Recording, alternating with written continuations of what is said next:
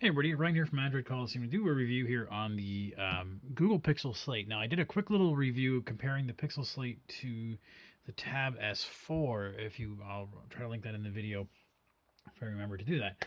Anyways, so let's talk about this. It's a beast of a device. This really has some really top end specs. It's really beefed up from last year's Pixel Book, but because it is meant to be the Slate, it's really meant to be more of a tablet than it is a Chromebook, I think. Even though it's using. Oh, stop that out. So it is really meant to be a tablet in that sense. It doesn't have a headphone jack. Um, it's a little bit different. It really meant to be a little more portable. But let's get into it. Let's talk about specs that we have on here. So first off, it's the same size screen as the Pixel Book, but it has a higher resolution. This is now a 3000 by 2000 resolution. I don't know if most people are going to notice that difference between it, between going one to the other. I find if I put it at max resolution, everything looks really tiny. So, but that's just me. So 12.3-inch screen, so same size screen. It's really nice. Little smaller bezel, just by a bit over the last model. This is 8 gigs of RAM. This model I have here is the i5, 128 gig storage. This is a 45 watt hour battery, so slightly bigger than the 41. It has a camera in the back, but the camera in the back will be covered if you put that there. So if you get the case, just know that I don't know who uses their tablets for taking pictures. You also have an 8 megapixel up there. I think the biggest advantage we're looking at over last year's model is the addition of a fingerprint sensor.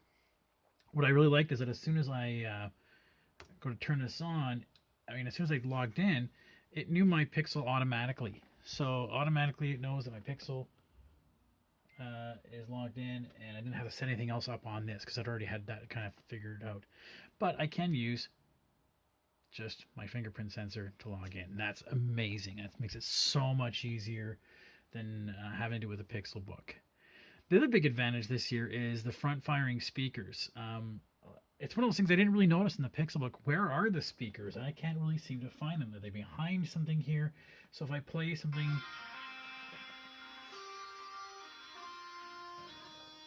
So that's mid-volume for that guy.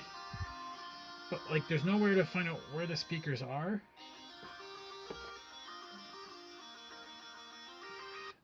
Whereas in this guy, with the same volume level, very deeper, richer sound, and it's front firing. So if I'm playing PUBG, I'm not covering up any speakers, and it's really nice and loud. That's really handy to have. I really enjoy that kind of feature in having it as a tablet. So downsides to this, obviously the fact that it's expensive. This is a $1,299 Canadian. I gotta say, a lot of comments, people asking like, "You got ripped off? It's so expensive." This is $1,299 Canadian. I'm imagining you're probably listening to me from the States. The keyboard itself is $260 Canadian, and the pen is $130 Canadian. The other downside is, so again, if you want a keyboard, it's already way more expensive than the Pixel Books ever was. Then the other thing is that with the other model, if I get the sleeve, I can hold my pen there. There's nowhere for me to hold this pen. If I want to put it away somewhere, I don't know. I have to make sure I don't lose it. While I'm using it, I could put it, and hold it there on one of the magnets. Whoops. But then it's in while I'm typing. I try to connect it to the back here. The magnet sometimes hold in there. But again, there's nothing to hold the pen. So it's kind of a pain in the butt piece about it. The other thing I really remembered about with the Pixel Book is the fact that because it's PD power, anything that's not PD source, it says it's slow charging. But at least if I found something good like a Quick Charge 3, at least this would do some charging. If I plug in, I'm just going to grab my cable here. If I plug in, and there's charging on both sides here, which is nice, I don't get even a notice that something's plugged in and it's slow charging. It's weird. I have to have it at that PD charging wall wart that it came with, and that's just kind of weird. That doesn't do that. It doesn't even recognize it. So do note that even if you find yourself with some other non PD charging, it's not going to help it. It might as well be a proprietary plug at this point. It is definitely more portable. The fact that it's really thin. This is super thin, a little bit thicker than just this, but I'm not going to bring just this around. I got to bring a case around with it. This is its own little pocket sleevey casey thing. So you go with that, it's fine. Downside to that is because it has that little stand thing, and you can adjust this however you want, what kind of angle you want to play it at. All right, so adjust. The problem now is how deep that is. Like, it's now the keyboard plus that bit extra, and then if you're putting it on your lap, it's really kind of flimsy, and I really was very concerned sometimes if I was using it how much it was flopping around. So it is a little bit more flimsy, doesn't feel as much sturdiness to it. I mean, but again, that's because it's meant to be really flexible and portable in that sense. What else here?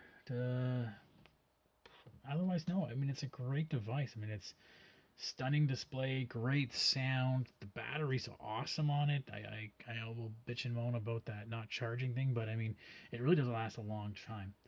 One bug I had seemed to notice, and it seems to be fixed now. I don't know, maybe it just had an update. Is that now and again, if I wanted to say, you know what, I was out and about and I was trying to show off to somebody that I could just do mobile data. Give it a second or so, and it should automatically connect my Pixel 3 versus my Wi-Fi. Let's see. And it's not doing it now. Not even connect. Oh, there we go. Now it's finally connecting to my Pixel 3. It's still not saying it has a data connection. Whereas on the Pixel Book, no problem. It would connect easily. And then, so that's what I want to use. Connect that. Okay, there we go. Connecting. Let's see when it switches over. I found as soon as I started using it, it would switch over automatically, and it would kind of be a pain in the butt. It really wasn't working properly. It's now connection failed. I don't know why it's doing that here because I have the Wi-Fi on. But I mean, I found it. I never had a problem with my Pixel Book. I never had a problem connecting any other devices I've had with instant tethering on. I can put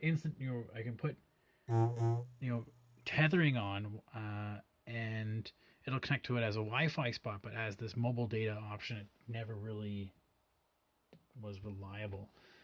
But outside that, it's been a great device. I really like it. I just don't feel as comfortable using it as I am with the Pixel Book, but that's just me. Yeah, so I'll have a full wrap on the website. If you have any questions, please just let me know. What do you think? Do you prefer more laptop or more tablet-y laptop? Let me know your thoughts. Okay, thanks everybody.